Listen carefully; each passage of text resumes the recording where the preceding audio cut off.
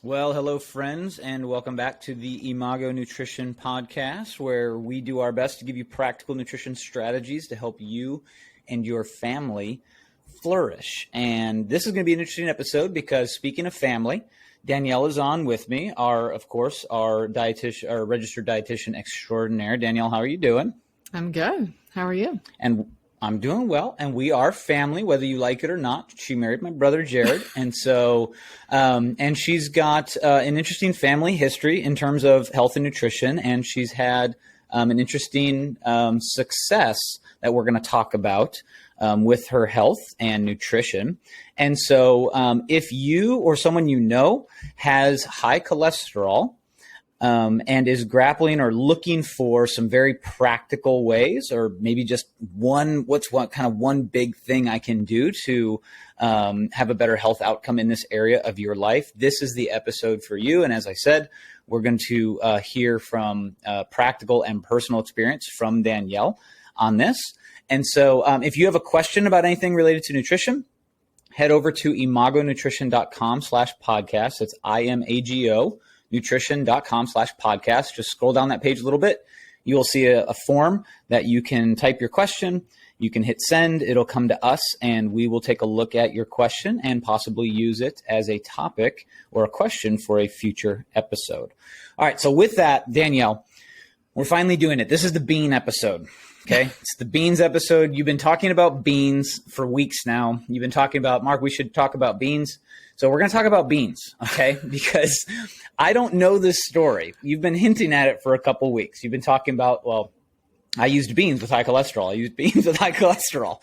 And so we're going to unpack what exactly you mean by that, your experience with your history, and talk about very practical, because we want to help folks with high cholesterol and how they can use beans. So I'm pretty excited because, again, you've been hinting at this. I don't know the story yet, but I've been waiting to hear the story about Danielle and her beans and high cholesterol. So with that, what are we going to be talking about today as it relates? What have you been hinting at for weeks now about beans and high cholesterol, and just kind of bring us up to speed with where you came from, what you did, and what worked?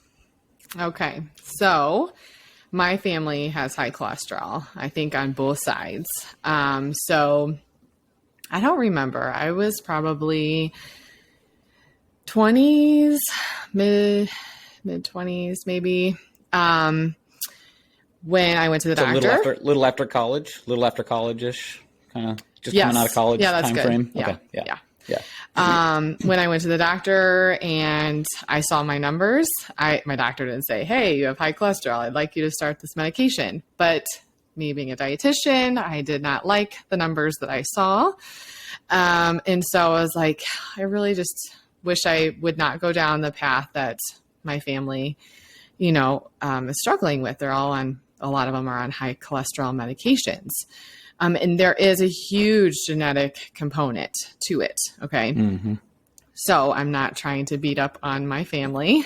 I love them dearly, and they do eat healthy, especially when I talk about it.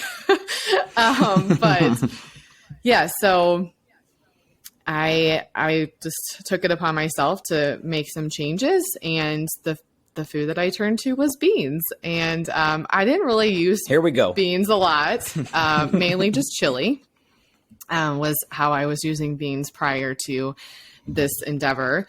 But it's really funny, Mark, on the website, Academy of Nutrition and Dietetics, let me just tell you, the article currently on the homepage is 6 creative ways to enjoy beans. I just saw that after I had prepared for this episode. So it's a really great way to get some plant-based protein in, but also to lower cholesterol. So that's what we'll talk about today mainly. But it is a soluble fiber, so it helps your body excrete cholesterol, protein, and then obviously the fiber helps you feel satisfied or full. Mm-hmm. And then everyone always tells me when I talk about beans with my clients is, I just can't handle them. I just can't because of all the gas, right? You heard the saying, beans, a wonderful fruit, The more you eat, the more you toot. The more you eat, the more you toot, the better you feel. Eat beans with every meal. I actually heard this on the radio when I was in the pool with my kids at our family pool. I'm not kidding. I heard that and I was like, did I just hear that? Recently? For real. I was like, did I really just hear that on the radio? And they were. I feel like that's like, wait. They were talking about some nutrition. Like I didn't catch 90s. The rest of it, but. They're still doing. Yeah. That's a fun little saying. But to correct a few things, it is not a fruit. It is a seed from a flowering plant and is classified in the legume family. So just you like to nerd out on those things. So. Oh yeah. So yeah, I just thought to myself, well, how can I get more beans in my diet besides chili? I did obviously start with dinner because it seems most appropriate to have beans with dinner. So we'll kind of like just walk through the day and give you some ideas of how to increase beans in your diet. Okay. Because that'd be awesome. All right, I'm going to learn something. Yes, you are. Because also on the Academy of Nutrition and Dietetics, I opened that article and I did not know this. I learned something today and it says the the Dietary Guidelines for Americans recommends adults to eat 1 to 3 cups of beans per week, depending on your calorie needs. So it's very good for you. It's on the Mediterranean diet. It's really a great food, but let's start with breakfast. Okay. So these are the ways after a long period of time, they really didn't start here. I started with dinner on side dishes and things like that, but this is how you can go through your day and think about ways to incorporate beans. So for breakfast, it might be like a Southwest egg burrito. Okay. So sprinkle some black beans in there, diced peppers and onions, salsa, whatever you like there. Dang, now I'm hungry. You could also use pinto beans for that one. Cannellini beans are like really creamy inside. They're like a creamy texture. So they do really well. I make breakfast. Actually, I actually use this for lunch, but quesadillas. So you take a quesadilla. The original recipe was with eggs and cheese and the white beans and spinach and garlic and salt and pepper.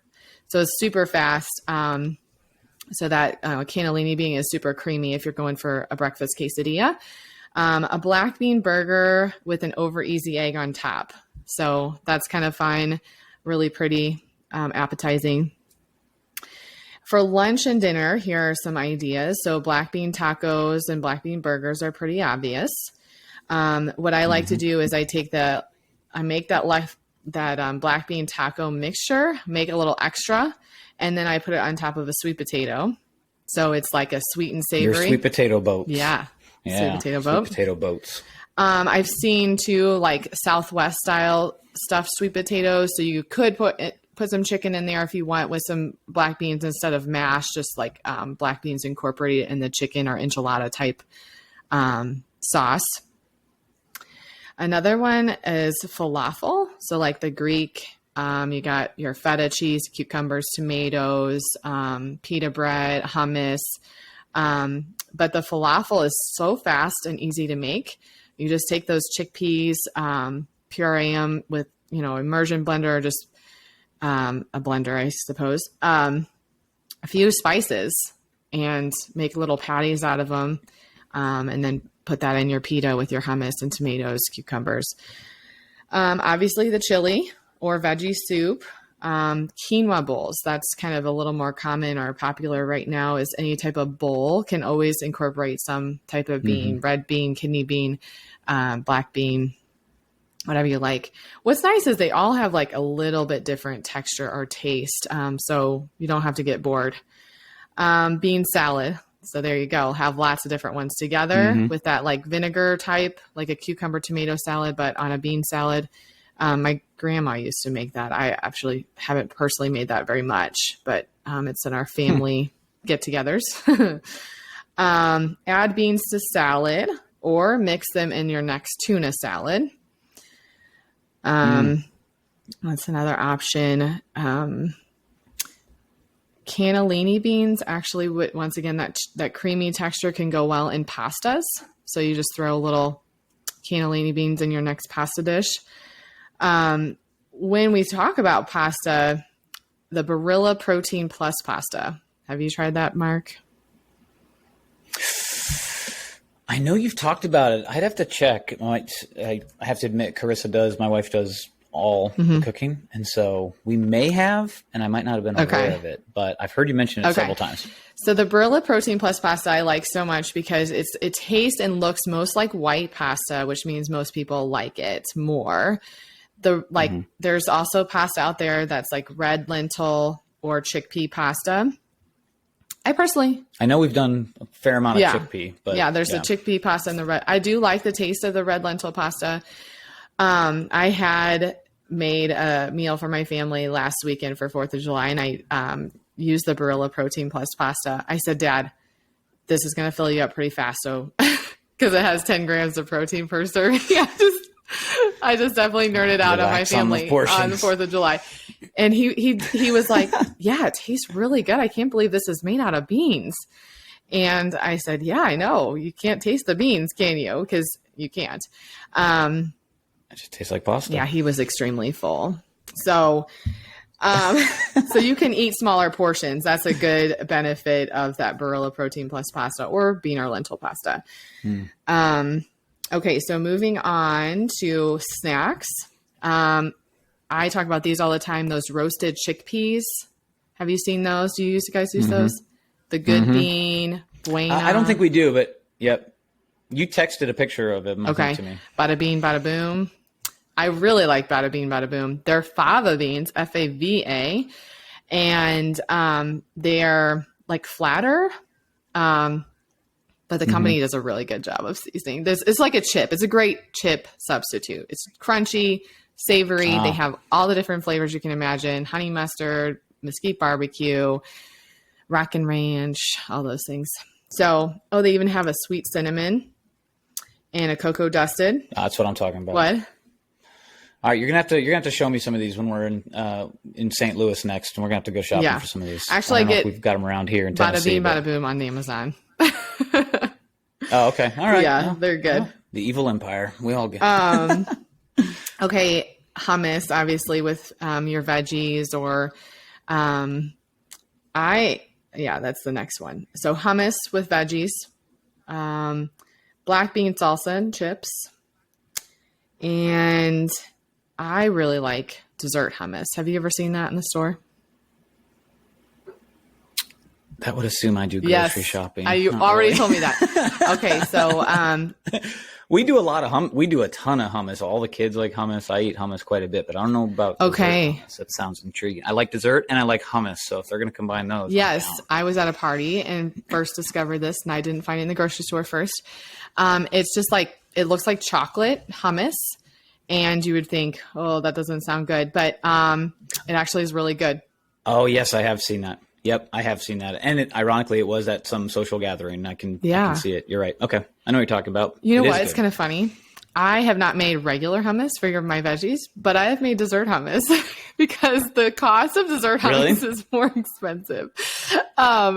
It is so easy to make the dessert hummus. I think for the regular hummus, you have to have tahini, and I don't have that. So basically, in my dessert hummus, it's cocoa powder, obviously chickpeas, almond butter, and a little bit of sugar. Yeah, that's really good. So fast, so easy. And you can use it for graham crackers, apples. I think that's strawberries maybe. Might be a little harder to spread on strawberries. I bet that would work. Yeah. You just dip the strawberry in there. That'd be good. Back in the day, I did make black bean brownies. Found a couple good recipes that were really good, a couple that weren't so good. So I don't do that as often. But once again, those roasted beans could be the dessert too. So, like those cinnamon or cocoa dusted bada bean, bada booms could be the dessert. So yeah, there's your whole day full of beans. Wow. And how often would you say that you continue to incorporate? Because that was a little while ago, right? How often would you say you continue? It's probably just part of your natural routine now. Do you guys have beans a couple times a week? You talked about, 1 to 3 cups, depending on caloric intake, being the recommended. where would you say you're at now, and kind of give us some practical tips about just kind of working your way up to having, more appropriate intake? Yes, I would say most certainly it was very slow and gradual. You first have to take the time to find the recipes that you like, that your family enjoys with the beans, and it might not be right away. I think I probably started like Meatless Monday maybe twice a month. Now I think we do, we don't even call it Meatless Monday because I'm not that planned out and scheduled. So I think we have a meatless meal at least twice a week. Yeah. Okay. So that's incorporating beans or that Barilla protein plus pasta, or, a variety of things. And it might not, it doesn't have to be meatless as the whole meal, right? It's just having beans or a plant-based protein at least twice a week for sure. Yeah. That's where I am now. I don't know if that will change. The falafel was a new recipe. So I guess as I find more recipes, my family might become more and more, 3 or 4, whatever it might be, but helps with the price of your groceries, and that's right. If you're buying less meat, your grocery bill goes down. So that's true. Yeah. Protein is expensive. And so that's one variation. You start looking on the plant side and it can start to get a little more reasonable, especially these days. I mean, we're living in inflation and, supply chain issues, and it's just kind of crazy now. So very cool. Yeah. So hopefully those sounded somewhat, once again, back to that first episode, I think it was, where it's not supposed to be like something you love right away necessarily. Like I've made black bean tacos for my parents before. They're like, they're okay.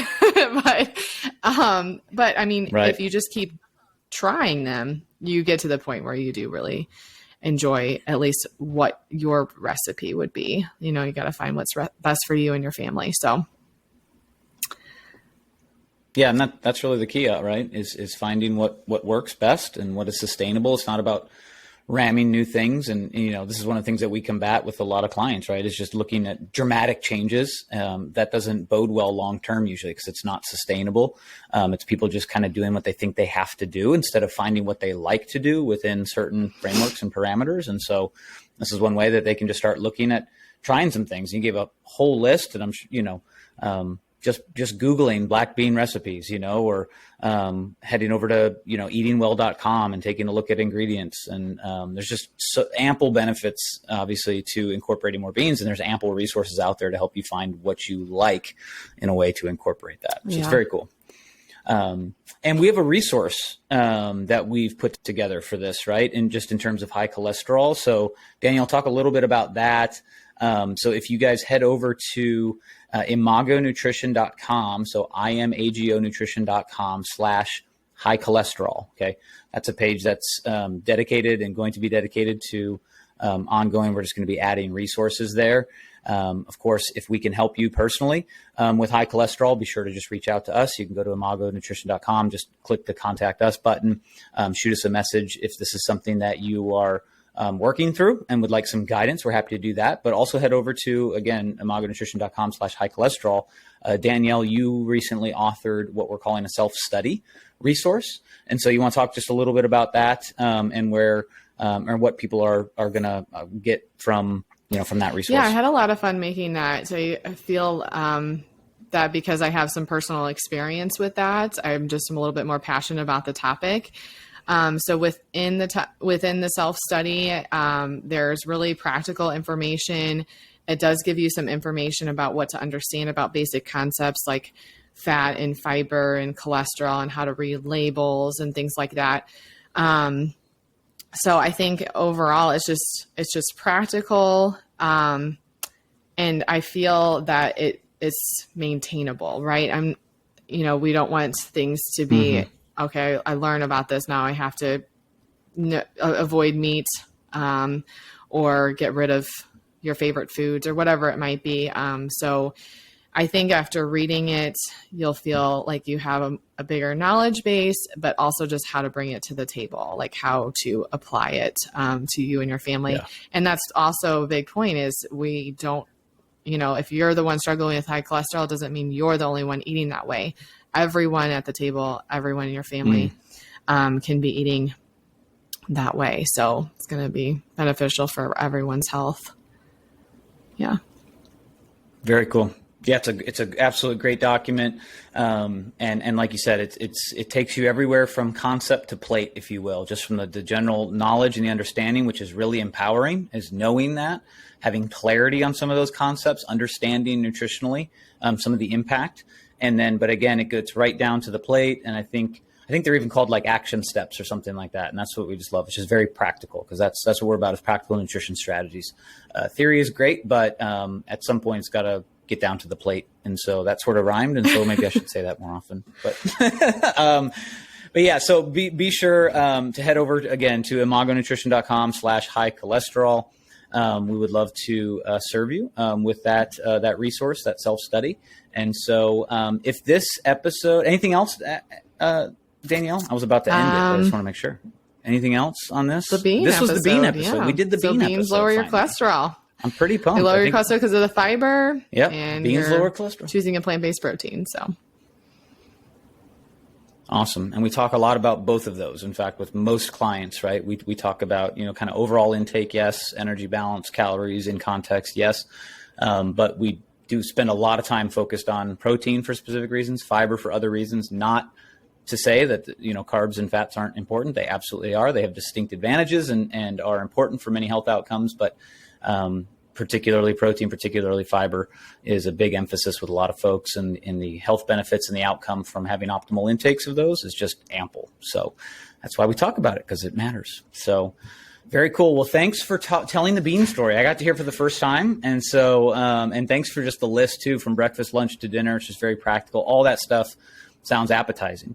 If you heard that list and you were like, I wouldn't eat any of that stuff, you have bigger issues than beans, because that stuff just sounds delicious. Okay. So we're talking tacos and sweet potato bowls and falafels. Come on. That's just good stuff. So if you can start to weave some beans into that, that's just 360, a good idea. So, all right. Well, with that, we are wrapping up the bean episode. And so if you guys enjoyed it, we would love it. We'd be honored if you subscribed wherever you get your podcasts. Drop us a review. Let us know how we're doing. If you've got a friend, again, that has high cholesterol or is curious about high cholesterol, is looking for a practical way to take action on that area of their life, as Danielle did, coming from experience and from a family history of that. Share this episode with them. We hope that it helps. And again, be sure to head over to imagonutrition.com/high cholesterol for that self-study resource. If you're on social media, you can follow us. We are on most of the platforms, almost all of them: Instagram, Facebook, TikTok, YouTube, Twitter, etc. At Imago Nutrition. That's IMAGO Nutrition. And as always, thanks to Happy Pill for our theme song, Thinkin Bout Food, because on the Imago Nutrition podcast, we are always thinking about